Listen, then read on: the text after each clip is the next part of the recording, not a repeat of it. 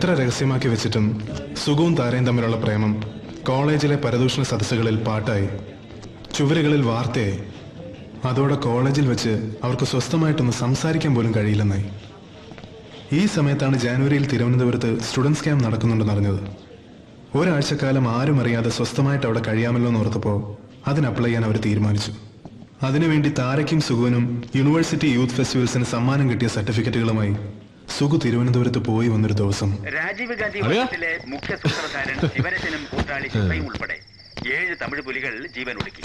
Sorry അളിയ, തിരുവനന്തപുരത്ത് പോയിട്ട് തിരിച്ചറിഞ്ഞ വഴി വീട്ടിലൊന്ന് കയറി, അതാ ലേറ്റ് ആയി പോയത്. അതിന്റെ കൂടെ കോനസ്റ്റ് പിടിക്കാൻ സ്റ്റുഡൻസ് ക്യാമ്പിന് രജിസ്റ്റർ ചെയ്യാൻ കൊണ്ടുപോയ താരയുടെ സർട്ടിഫിക്കറ്റ് വീട്ടിൽ വെച്ച് മറന്നുപോയി. ഇനി ഇലക്ഷൻ കഴിഞ്ഞിട്ട് വേണം അത് പോയി എടുത്തോണ്ട് വരാൻ. ഈ തമിഴ് പുലി അളിയന്റെ ആരാ? അമ്മായിയപ്പനോ? സത്യം പറ, നിനക്കിനി വല്ല തമിഴ് പുലി പെണ്ണുമായിട്ട്? ഓ, നമ്മളെ അങ്ങ് വിട്ടേക്ക്. നമ്മളൊന്നും ആ റേഞ്ച് വരെ എത്തിയിട്ടില്ലേ. അല്ല, നിന്റെ കാര്യമല്ലേ, പറയാൻ പറ്റില്ലല്ലോ. എന്റേത് മാത്രമായ പൊടിമീശക്കാരന് നിനക്ക് കാര്യമായിട്ട് എന്തോ പറ്റിയിട്ടുണ്ടല്ലോ. സത്യം പറടാ, ഏതെങ്കിലും പെമ്പിള്ളാരുടെ കയ്യിൽ നിന്ന് തലയുടെ മർമ്മത്തിനിട്ട് വല്ല തട്ടും കിട്ടിയോ? എന്തെഴുതണമെന്നോ എങ്ങനെ എഴുതണമെന്നോ എനിക്കറിയില്ല. മനസ്സ് കന്നിപ്പൂരത്തിന്റെ മായക്കാഴ്ചകളിൽ മതിമറന്നു പോയ ഒരു കുട്ടിയെ പോലെ തോന്നുന്നു. നിനക്ക് എവിടെ കിട്ടി? കശ്മല, പണ്ട് നീ എന്താ പറഞ്ഞത്? ക്ലാസ്സിലെ പെൺകുട്ടികളുമായിട്ട് പരിഭാവന ബന്ധമേ പാടുള്ളൂ എന്നല്ലേ?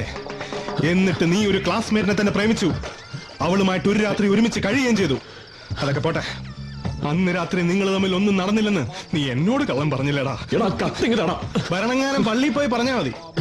എടാ, ഒരു സുഹൃത്തിനോട്, അതും ഇന്ത്യൻ ഫുട്ബോൾ ടീമിന്റെ ഗോൾ പോസ്റ്റ് പോലെ തുറന്ന മനസ്സുള്ള ഒരു സുഹൃത്തിനോട് നീ ഇങ്ങനെ ഒരു ഫൗൾ കാണിക്കരുതായിരുന്നു. സത്യം എന്റെ കൂടെയാടാ, അല്ലെങ്കിൽ ഈ കത്ത് ഞാൻ കാണില്ലായിരുന്നു. അതിന് മാത്രമല്ല ഒന്നും ഇല്ലല്ലോ. അടിവരയിട്ട് വെച്ചിട്ടുണ്ട് ഞാൻ, വായിക്കാം. നിന്റെ ഓരോ കരസ്പർശവും 1000 ഇതിലുള്ള പൂ പോലെ, ആരും കേൾക്കാത്ത സംഗീതം പോലെ എന്റെ ഉള്ളിൽ ഇപ്പോഴും നിറഞ്ഞു നിൽക്കുന്നുണ്ട്. ഇന്ന് മധു നുകരുന്നൊരു ചിത്രശലഭത്തെ കണ്ടപ്പോ അറിയാതെ ഞാൻ നിന്നെ ഓർത്തുപോയി. ഈ മധു നുകരുന്ന ചിത്രശലഭത്തെ കണ്ടപ്പോ അവള് നിന്നെ ഓർക്കാൻ കാരണം എന്തളിയാ? എടാ, അതന്ന് ഞങ്ങൾ അങ്ങനെ തൊട്ടുരുമയൊക്കെ ഇരുന്നില്ലേ, അതവൾ ആലങ്കാരികമായിട്ട് എഴുതിയെന്നേ ഉള്ളൂ. അതായിരിക്കും. അപ്പൊ ഇതോ, അന്ന് നീ തൊടുത്തുവിട്ട പ്രേമബാണങ്ങൾ ഏറ്റെന്റെ. അതിന് നീ ഉദ്ദേശിക്കുന്ന അർത്ഥമൊന്നുമില്ല.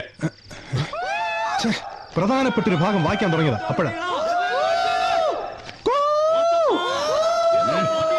വിവരക്കേട് കാണിക്കാടാ. ഇവിടെ കിടന്ന് കൂവി ബേളം ഉണ്ടാക്കിയ ഇവിടെ ആളുണ്ടെന്ന് അറിഞ്ഞ് ആ എസ്തപ്പാൻ അച്ഛൻ ഇറങ്ങി വരും. രാത്രിയായ കണ്ണിന്റെ കാഴ്ച പോകുന്ന അച്ഛന് ഈ പവർ കട്ടൊന്നും ഒരു പ്രശ്നമേ അല്ല. ലൈറ്റ് അണഞ്ഞപ്പോ അറിയാതെ കൂവി പോയതെന്റെ അച്ഛാ ക്ഷമി. ലൈറ്റ് അണയുമ്പോ കൂടെ ശീലം മാറ്റിയില്ലെങ്കിൽ ഭാവിയിൽ നിന്റെ ഫസ്റ്റ് നൈറ്റ് ലാസ്റ്റ് നൈറ്റ് ആയി പോകും. വെള്ളമൊഴിക്കണില്ലേ? ഇതിൽ വെള്ളമൊഴിക്കാൻ ഇതിനകത്ത് മാവൊന്നും നട്ടിട്ടില്ല. പോടാ എണീച്ച്.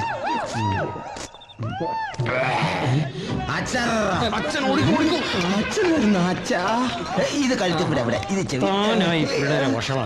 അവര് കൂടുതൽ കുടിച്ച് വഷളാകാതിരിക്കാനാ ഞാൻ അവർക്കൊരു കമ്പനി കൊടുത്തത്.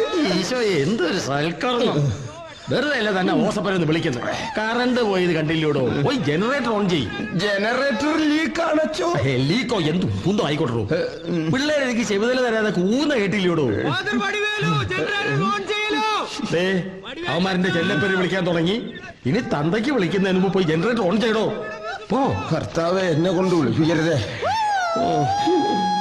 ആ കൂല് കേട്ടാൽ അറിയാം അവൻ നിയമസഭയിലെത്തും. Father Vadivelu, light on ചെയ്യലൂ.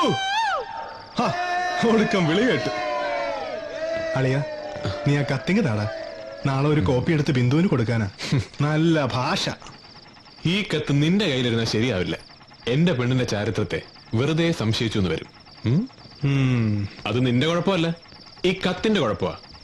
അതുകൊണ്ട് താരാക്കുറുപ്പിന് പി സുകുമാരനോടുള്ള സ്നേഹത്തിന്റെ ഈ മാനിഫെസ്റ്റോ ഭദ്രമായിട്ട് എന്റെ ഡയറിക്കകത്ത് തന്നെ ഇരിക്കട്ടെ. ഓ, ആ കത്ത് അവിടെ ഇരുന്ന് കത്തുകുഞ്ഞുങ്ങളെ പ്രസവിക്കട്ടെ. ഈ വർഷം കോളേജ് യൂണിയൻ പിടിക്കാൻ ജില്ലാ സെക്രട്ടറി എന്ന നിലയിൽ ഞാൻ എന്താണ് ചെയ്യേണ്ടത്? സതീശൻ പറ.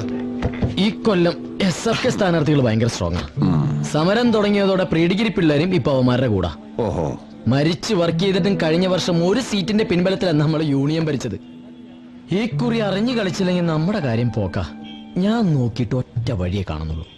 നമ്മുടെ MLA അച്യുതക്കുറുപ്പിന്റെ മകളെ നമ്മുടെ പാനലിൽ നിർത്തി മത്സരിപ്പിക്കണം. ഏത് ഡാൻസ് ചെയ്യുന്ന കുട്ടിയോ? അതെ, താരയെ ആർട്സ് ക്ലബ് സെക്രട്ടറി ആക്കി നിർത്തിയ ആ സീറ്റ് ഉറപ്പാ. നമുക്ക് യൂണിയനും.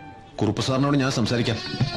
അതെ, അങ്ങനെ വെറുതെ സംസാരിച്ച പോരാ, നമ്മുടെ പാർട്ടി മുഖേന നല്ല സ്ട്രോങ് ആയിട്ട് പ്രഷർ ചെയ്യണം. ഞങ്ങളുടെ ജീവമരണ പോരാട്ടമാ. അതൊക്കെ ഞാൻ ഏറ്റുവന്ന് സതീശൻ ധൈര്യമായിട്ട് ചെന്ന് ഇലക്ഷൻ പ്രവർത്തനം തുടങ്ങിക്കോ. ആയിക്കോട്ടെ. പണിത്തൂലേ? നീ എന്താടാ എന്നെ കുറിച്ച് വിചാരിച്ചിരിക്കണേ? എടാ, കുറുപ്പ് സാർ MLA ആണെങ്കിൽ ഞാൻ MLA യുടെ MLA. എന്നുവെച്ചാ അത് ഈ MLA എന്ന് വെച്ചാ എന്താ? Member of legislative assembly. അതാ MLA. ഈ MLA എന്ന് വെച്ചാ മകളെ ലൈൻ അടിക്കുന്ന ആൾ. സതീശ, വാ മോനെ, നീ എന്താ വിചാരിച്ചതിനെ കുറിച്ച്? എടാ, താരയെ കൈ കിട്ടിയാലേ അവളുടെ അച്ഛൻ എന്ന പൊളിറ്റിക്കൽ കിങ് മേക്കറെ വെച്ച് ഈ അകത്തിരിക്കുന്ന പള്ളിക്കാത്തോട് ശശിയെ പോലെയുള്ള 100 കണക്കിന് അധികാരമോഹികളുടെ തലയിൽ കൂടെ ചവിട്ടിക്കിടന്ന് എനിക്ക് ഭാവിയിൽ MLA മന്ത്രിയോ ആകാൻ കഴിയൂ. അതിനു വേണ്ടിയിട്ടാടാ കഴിഞ്ഞ 5 വർഷമായിട്ട് താര എൻ്റെ കൂടെ നിർത്തിയത്. എൻ്റെ അടുത്ത് ആ ജുഗുമാരന്റെ കളി. താര നമ്മുടെ പാനലിൽ നിന്നാ അവര് തമ്മിൽ തെറ്റിപ്പിരിയുന്നുള്ള കാര്യം ഉറപ്പാ. ആ ഒരു ഗ്യാപ്പിൽ വേണം ഒരാശ്വാസം പോലെ എനിക്ക് അവളുടെ ജീവിതത്തിലേക്ക് കടന്നു കയറാൻ. ഇല്ല, ഇത് ഞാൻ സമ്മതിക്കില്ല. നമ്മൾ തമ്മിലുള്ള അടുപ്പ് ഇപ്പൊ രഹസ്യമൊന്നുമല്ല. നീ DSUന്റെ കാൻഡിഡേറ്റ് ആയാ പിന്നെ ആണാന്ന് പറഞ്ഞ് എനിക്ക് മീശം വെച്ച് നടക്കാൻ പറ്റില്ല. സുഖം, എന്റെ സിറ്റുവേഷൻ ഒന്ന് മനസ്സിലാക്ക്. പാർട്ടിന്ന് അച്ഛന് ഭയങ്കര പ്രഷർ ഉണ്ട്. എന്ന് വെച്ച് നീ അദ്ദേഹത്തിന്റെ മോളല്ലേ? പാർട്ടിക്കാരിയൊന്നും അല്ലല്ലോ.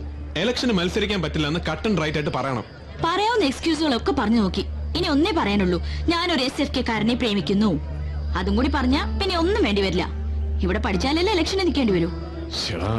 ഇതൊരു വല്ലാത്ത ഇടാകൂടമായല്ലോ. സുഖം, ഇങ്ങനെ നെർവസ് ആവേണ്ട കാര്യമൊന്നുമില്ല. ഫാമിലി ബാക്ക്ഗ്രൗണ്ടോ കൊടിയുടെ നിറമോ ഒന്നും നോക്കിയിട്ടല്ലല്ലോ നമ്മൾ ഇഷ്ടപ്പെട്ടത്. ഏത് കോലം കെട്ടിയാലും ആ ഇഷ്ടം ഒരു പോർല് പോലെ ഏൽക്കാതെ നമ്മുടെ ഉള്ളിൽ തന്നെ ഉണ്ടാവും. ഇലക്ഷൻ അതിന്റെ വഴിക്ക് പോയിക്കോട്ടെ, നമ്മൾ നമ്മളായിട്ട് തന്നെ നിന്നാ മതിയല്ലോ. നീ പറയുന്ന എനിക്ക് മനസ്സിലാവും, പക്ഷെ പാർട്ടിക്കാർക്ക് മനസ്സിലാവണ്ടേ? പാർട്ടിക്കാരുടെ സമ്മതം വാങ്ങിച്ചിട്ടാണോ നമ്മൾ സ്നേഹിച്ചത്? അല്ലല്ലോ. അത് തന്നെയാണ് പ്രശ്നം. നമ്മൾ തമ്മിലുള്ള ബന്ധം പാർട്ടിക്ക് അത്ര ദഹിച്ചിട്ടില്ല. അതിന്റെ കൂടെ നീ DSUന്റെ കാൻഡിഡേറ്റ് ആവാണെന്ന് കൂടി അറിയുമ്പോ അവരോട് ഞാൻ എന്ത് സമാധാനം പറയും? ഓക്കെ, ഞാൻ മത്സരിക്കുന്നില്ല. പക്ഷേ കോഴ്സ് കഴിഞ്ഞ് ജോലി സമ്പാദിച്ചിട്ട് വന്ന് വിളിക്കാന്നൊന്ന് പറഞ്ഞിരുന്നില്ലേ? അത് ഇത്തിരി നേരത്തെ ആക്കണം. ഇപ്പോ ഈ നിമിഷം ഞാൻ ഇറങ്ങി വരാം. എവിടെയെങ്കിലും പോയി നമുക്ക് രജിസ്റ്റർ മാരേജ് നടത്താം. പാർട്ട് ടൈം ജോലി ചെയ്തോ എങ്ങനെയെങ്കിലും ജീവിക്കാം. അപ്പൊ പിന്നെ എനിക്ക് സുഖം പറയുന്ന മാത്രം കേട്ടാ മതിയല്ലോ.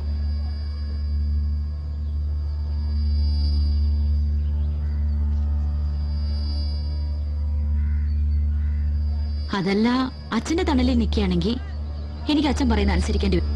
എന്റെ ഗതികേടിനെ കളിയാക്കണ്ട. നിനക്കിപ്പോ എന്താ വേണ്ടത്? DSUന്റെ കാൻഡിഡേറ്റ് ആവണം, അത്രല്ലേ ഉള്ളൂ. ആർട്സ് ക്ലബ് സെക്രട്ടറിയോ ജനറൽ സെക്രട്ടറിയോ ഏത് സ്ഥാനത്തേക്ക് വേണേ മത്സരിച്ചോ. പക്ഷെ ഒന്ന് നീ ഓർത്തോ, ഈ വർഷം DSU ആരൊക്കെ ജയിച്ചാലും നീ ജയിക്കില്ല. അതിനെന്തൊക്കെ ചെയ്യണോ അതൊക്കെ ഞാൻ ചെയ്യും.